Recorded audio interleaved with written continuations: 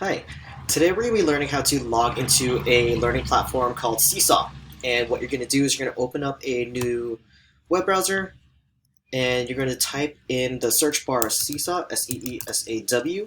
And if you visited the website before, it should pop up for you right here. But let's pretend that I have not, and I'm going to search it on Google. And it's going to be the first link that I see. I'm going to click that, and I'm going to go ahead and click log in.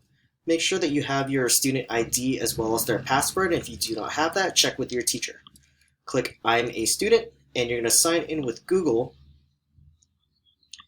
And you're going to type in your student's ID number, followed by the @STU, like the first three letters of student, Sandy, like San Diego.net.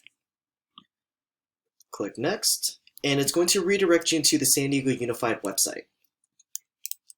But it's going to take a little bit of time to load, so I'm going to go ahead and pause the video, and I will be right back.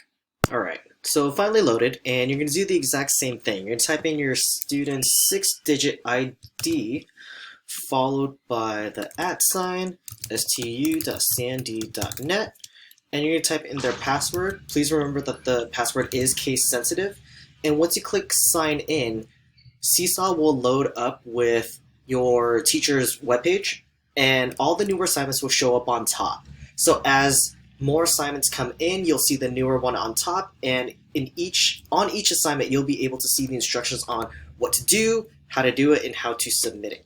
All right, have a good day. Bye.